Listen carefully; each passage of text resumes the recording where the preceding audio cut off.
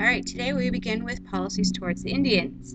There are several different policies that the American government had in regards to American Indians and how we should treat them. Among the first was separation, which basically means removal of getting them out of our way. Basically, the idea was to pack up the tribes and move them to places we didn't want. So, desert areas or places we couldn't farm or found anything useful. So, we shipped them all off to places we didn't want.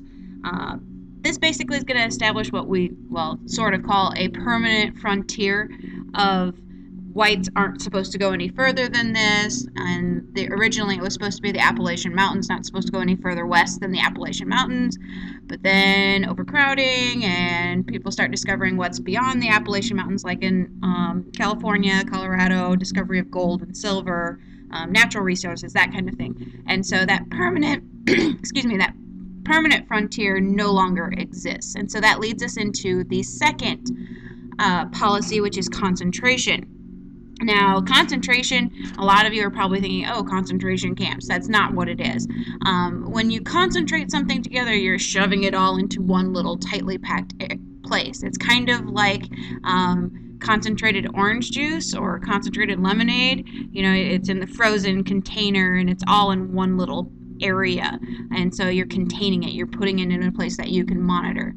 And so this is how we create how the American government creates the reservation system. The reservations, approximately, there were about 75,000 Indians on the plains, and so we needed to find a place to put them, so we put them in these established reservations. The result of this is that we're going to end up having the Plains Wars. The Plains Wars were fought between 1865 and 1886. And basically, it was various different tribes. It was never a united effort by the Native Americans to fight against the whites. It was different tribes eventually making the decision that, oh, we're going to go fight.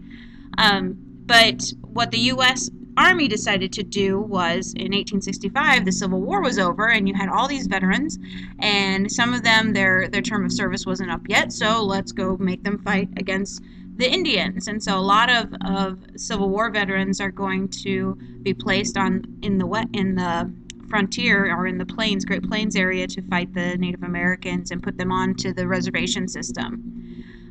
Congress is also going to make a decision to recruit some all-black regiments to fight against the Indians as well, because now they had this African American population in the South that were freed slaves that didn't have a whole lot of job skills, weren't comfortable staying in the South, and so they recruit them to go fight the Indians. What was beneficial to the United States was the fact that the Indians were not united, that they didn't see a common purpose, that if they joined together they could be stronger, that kind of thing. And that a lot of that has to do with the traditions of the tribes themselves. They just were very culturally insular in terms of they only saw themselves as being part of their tribe, not as a part of a race in that sense.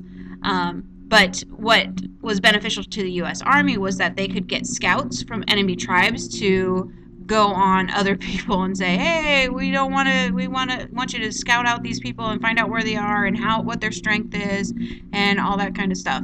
So it did make for some interesting things happening. In addition, vast majority of the Native American tribes they were fighting against didn't have the technology. So you had the U.S. Army going out with guns and stuff against bows and arrows and spears, and what few guns that they were able to steal from the whites. But they don't have manufacturing, so they don't have a way of manufacturing bullets or making new guns or replacement parts or anything like that. So it wasn't to their benefit for that either.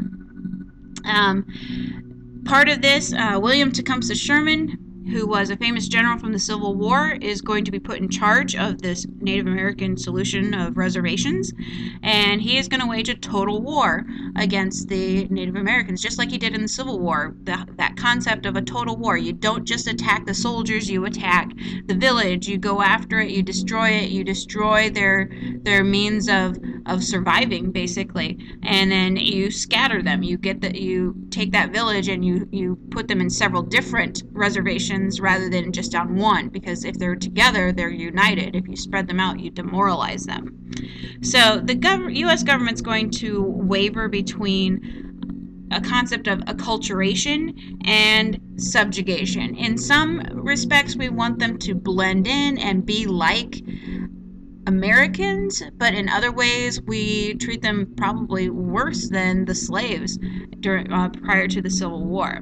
So we had this peace policy where we're trying to assimilate them. The government's going to create the Indian Bureau to deal with that, and we're going to be looking at some things that they do with education, especially of Native American children.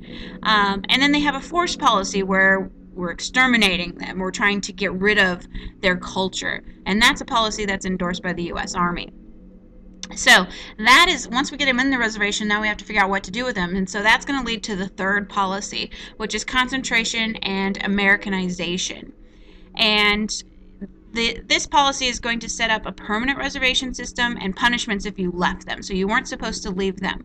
But the key to this was three things: Christianize them, civilize them, and Americanize them. Basically make them as much like white Americans as possible. And so the government's going to set up schools, churches are going to set up missionaries in order to convert them to Christianity, to Americanize them, cut their hair, make sure that they learn English, and they lose their own culture. Their religion, their language, their traditional way of dressing themselves, everything was banned for these children that were forced into the school system. There's a quote that I think is very beneficial that kind of sums it up. The next campaign was waged in the classroom. The issue was no longer the dispossessing of the Indian's land, but rather the possession of his mind, heart, and soul. It was to be a gentle war, but a war just the same. And so I think that really sums it up, that we already took their land. We can't take that from them anymore. We already have that. But now we're going to wage a war against their culture, something integral to themselves. So that's part of it as well. The next major part of that is to get them to stop thinking about their cultural tradition of, nobody owns the land, and instead think more American, which is where everybody wants to own everything. And so the Dawes Act is going to be passed, and that's part of the Americanization process. The idea was to make the Indians want land, to get them to want the land and to farm it.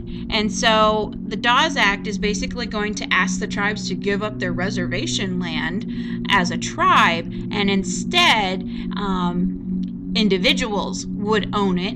And in order for them to own it, though, they had to renounce their family and sign away any other land that the tribe might be holding. And so it was kind of a sneaky way for the government just to kind of get around it and get into places that they wouldn't have been able to get into before.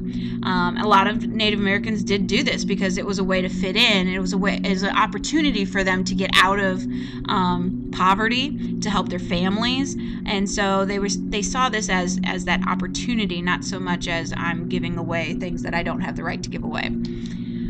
So the last thing that's going to be a major kind of kick in the knee to the Indians is going to be Wounded Knee. And Wounded Knee is an event that takes place. It's mostly made up of Sioux Indians.